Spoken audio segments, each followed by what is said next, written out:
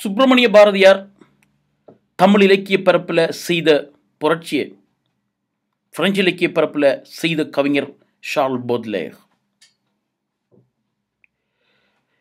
இந்த போத்லேரினுடைய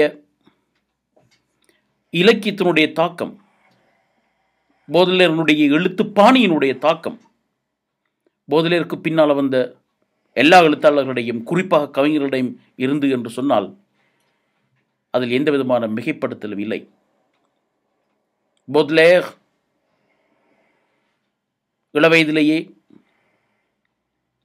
வாழ் மீது வெறுப்பு கொண்ட ஒரு கவிஞன்.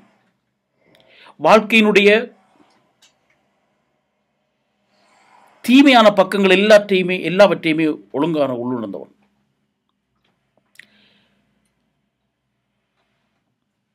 சிறிய வயதில் தந்தை இறந்து போக தாய் இரண்டாம் தரமாக ஒரு இராணுவ ஜெனரலை திருமணம் செய்து கொள்ள தனக்கென இருந்த ஒரே உயிரான தன் தாயையும் இழந்தது போல் போத்லேர் உணர்கின்றான். போத்லேர் இந்த உலகத்தை வெறுத்தான். உண்மை சொல்வதனால் போத்லேரனுடைய வாசிப்பு என்பதே அவன் புத்தகங்களுக்குள் தஞ்சமடைந்ததாகத்தான் நாங்கள் கருத வேண்டும். ஒரு கட்டத்திலே போத்லேரை சொல்கின்றார், வாழ்வின் மீது கொண்ட வெறுப்பினால் நான் புத்தகங்களுக்குள் தஞ்சமடைந்தேன், வாசித்தேன். லத்தீன் மொழியில் திறமையை கொண்டிருந்த போத்லேரனுடைய மொழியாற்றல் அவருடைய கவித்துவத்துக்கு ஒரு உன்னதமான ஆற்றலை கொடுத்திருக்கின்றது என்பதை நாங்கள் உறுதியாக சொல்லலாம். போத்லேரனுடைய கவிதைகளின் உள்ளடக்கங்களையும் போத்லேரனுடைய கவிதைகளின் வடிவங்களை நாம் பார்ப்போமானால் எப்பொழுதுமே கவிதைகளின் உள்ளடக்கங்கள் போத்லேரனுடைய வடிவங்களுடன் பூரணமாக இசைந்திருக்கும். நான் நினைக்கிறேன் போத்லேரனுடைய கவிதைகளுடைய உக்கிரமான அழகு அங்கேதான் வெளிப்படுகிறது. இன்னொன்று, போத்லேர் சமூகத்திலே அன்று இருந்திருக்கக்கூடிய கருத்து நிலைகள் எவ்வாறு இருந்தது, சமூகத்தின் ஒழுக்கவியல் என்ன என்பதை பற்றி துளியளவும் கவலைப்படாது தன் மனதில் பட்டதை, தன் உயிரை அப்பட்டமாக வெளிக்கொணர்ந்தவன். இலக்கியத்துக்கான துணிவு போத்லேருக்கு இருந்தது. இவ்வகையில் கூட போத்லேரை நாம் சுப்பிரமணிய பாரதியுடன் ஒப்பிட்டு பார்க்கலாம். சுப்பிரமணிய பாரதியாருக்கும் போத்லேருக்கும் இருந்த இன்னமொரு ஒற்றுமை ஒன்று உண்டு. இருவருமே போதை வஸ்துக்கு அடிமையாக இருந்தவர்கள். போதையின் பிடியில் சிக்கி இருந்தவர்கள்.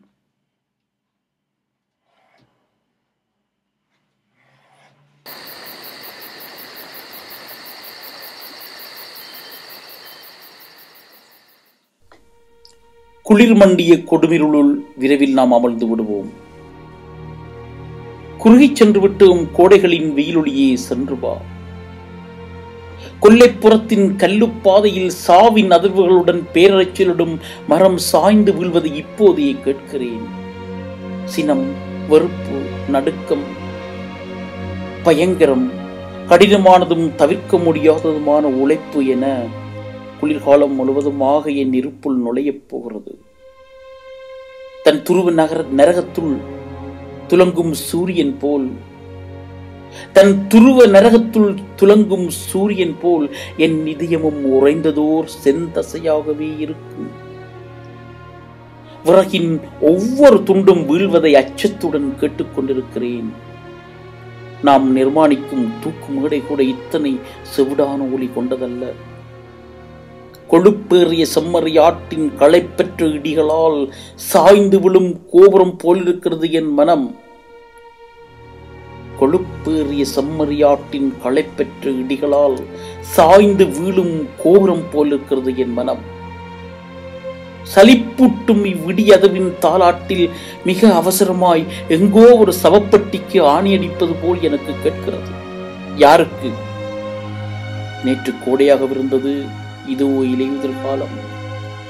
இந்த மர்மச்சத்தம் ஒரு புறப்படலுக்கான மணியாக அடிக்கிறது. உன் நீள்விழியின் பசுமை ஒளியை நான் நேசிக்கிறேன். மென்மை அழகே, இப்போது அனைத்தும் கசந்து போகிறது. உன் காதலோ களிப்பறையோ அன்றில் அங்குள்ள தீந்தணலோ கடல் மேல் தன் கற்களை வீசும் மாதவன் போல் இல்லை. நன்றியற்றவனாய் கொடியவனாய் நான் இருப்பினும் என்ன, இளகிய இதயமே தாயாயிரு. சகோதரியோ அன்றில் காதலியோ பெருமை மிகு ஒரு இலையுதிர் காலத்தில் அன்றில் அஸ்தமன சூரியனின் கணப்பொழுது இதமாகவிரு. சிறுபொழுது கடமைதான் கல்லறை காத்திருக்கிறது, அது பேராசை கொண்டது.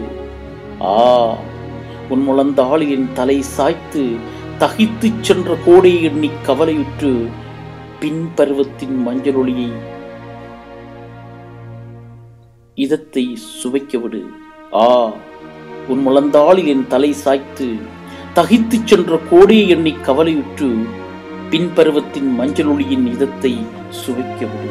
Le bonheur est venu habiter chez moi et je ne l'ai pas reconnu. Il semble que je serai toujours bien là où je ne suis pas. Tout enfant, j'ai senti dans mon cœur deux sentiments contradictoires, l'horreur de la vie et l'extase de la vie. சொல் மர்ம மனிதனே, நீ யாரை அதிகம் விரும்புகிறாய்? தாயை, தந்தையை, சகோதரியை, சகோதரனை? எனக்கு தாயும் இல்லை, தந்தையும் இல்லை, சகோதரியும் இல்லை, சகோதரனும் இல்லை. உனது நண்பர்கள்?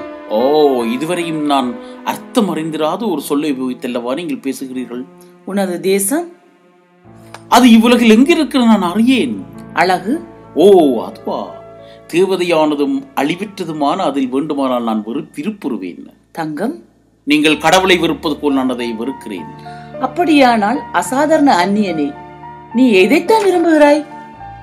நான் மேகங்களை விரும்புகிறேன். அதோ அங்கே இங்கே எல்லாம் தாண்டி செல்லும் மேகங்களை, அற்புதமான அந்த மேகங்களை நான் நேசிக்கிறேன்.